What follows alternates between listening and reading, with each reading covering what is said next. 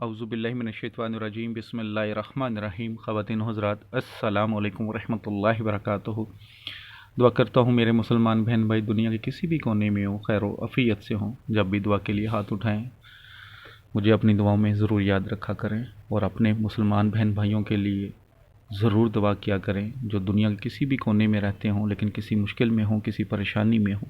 ख़ासकर इंडिया, कश्मीर, फ़लस्तीन, बर्मा में रहने वाले मुसलमान बहन भाइयों के लिए ख़ास दुआ किया करें और ज़रूर दुआ किया करें। कश्मीर जो जुल्म हो रहा है अल्लाह ताला उसको ख़त्म करे। इंडिया में जो जुल्म हो रहा है अल्लाह ताला उसको ख़त्म करे। बर्मा या फ़लस्तीन में जो जुल्म हो रहा है अल्लाह ताला उनको ख़त्म करे। अल्लाह मुसलमानों पर अपना ख़ास करम करे, रहम फरमाए और अपने हिफ्ज़ व ईमान में रखे तमाम मुसलमान कौम को, क्योंकि इस वक्त मुसलमान बाहसीयत एक कौम के हमें इत्फाक़ की बहुत ज़रूरत है, अल्लाह की रहमत की बहुत ज़रूरत है। आज जो आपके लिए वजीफ़ा लेकर आया हूँ, ये वजीफ़ा, ये अमल उन मेरे भाई बहनों के लिए जो अपने दुश्मन से बहुत तंग हैं।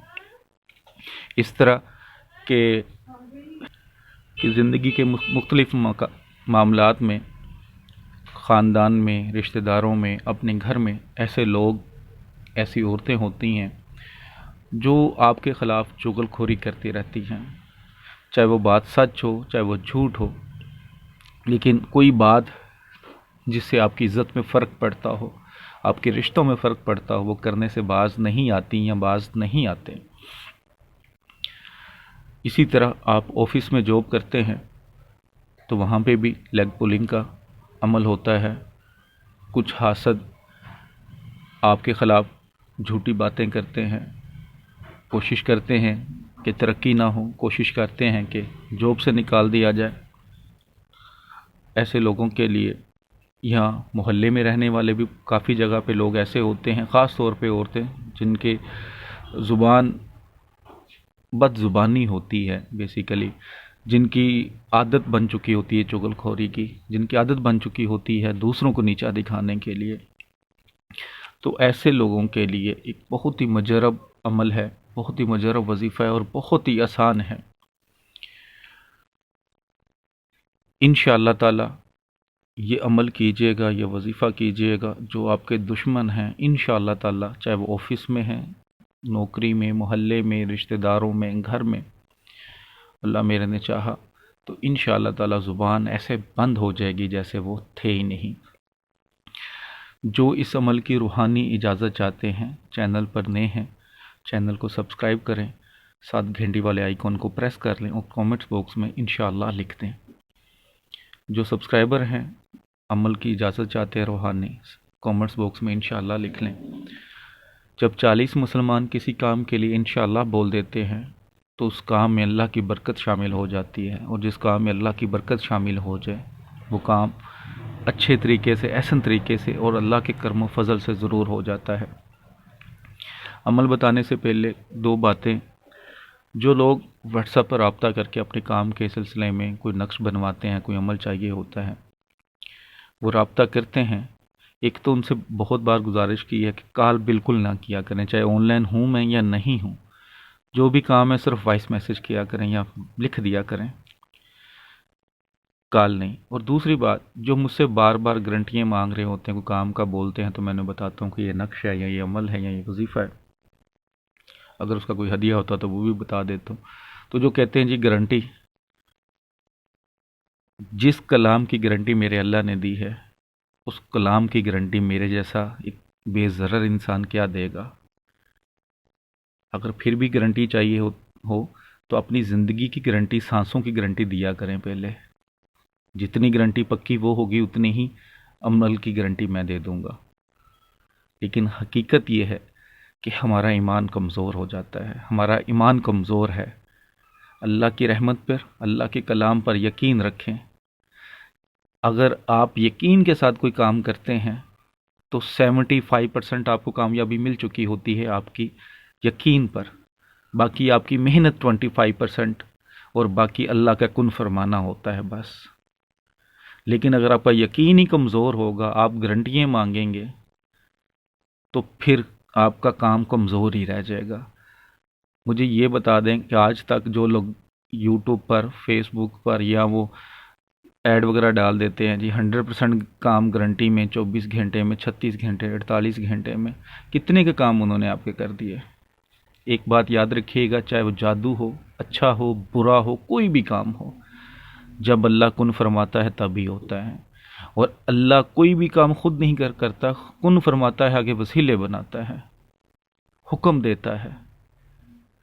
تو صرف ہم وسیلہ بن سکتے ہیں، میں وسیلہ بن سکتا ہوں، اس سے زیادہ نہ میری اوقات ہے، نہ میرے میں ہمت ہے، نہ میری کوئی گارنٹی ہے۔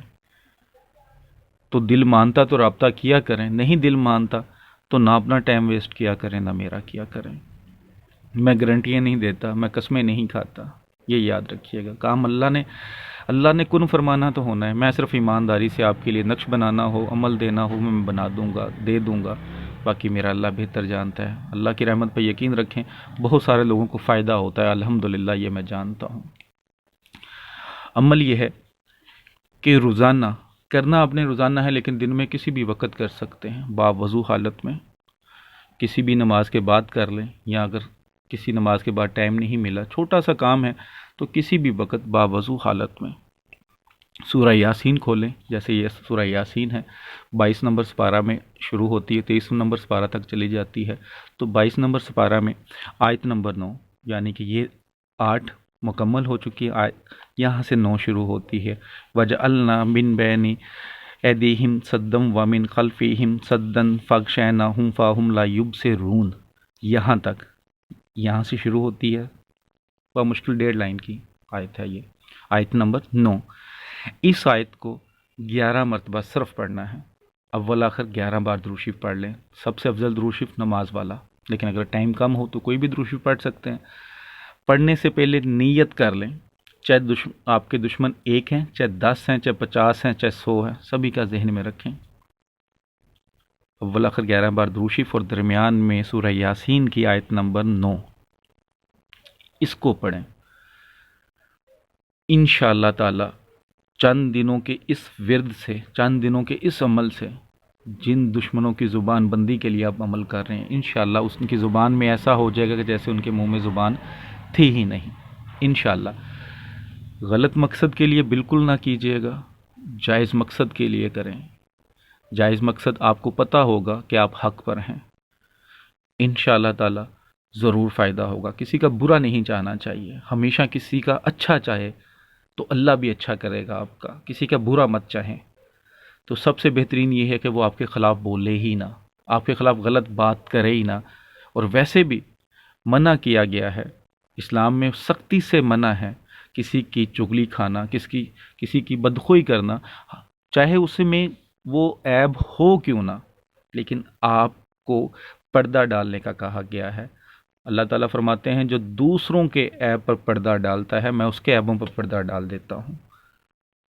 تو آپ پر ہے، آپ اپنے عیبوں پر پردہ ڈالنا چاہتے ہیں تو دوسروں کو پردہ رہنے دیں، اگر آپ اپنے عیب دنیا کو دکھانا چاہتے ہیں تو دوسروں کو بھی دکھانا شروع کر دیں۔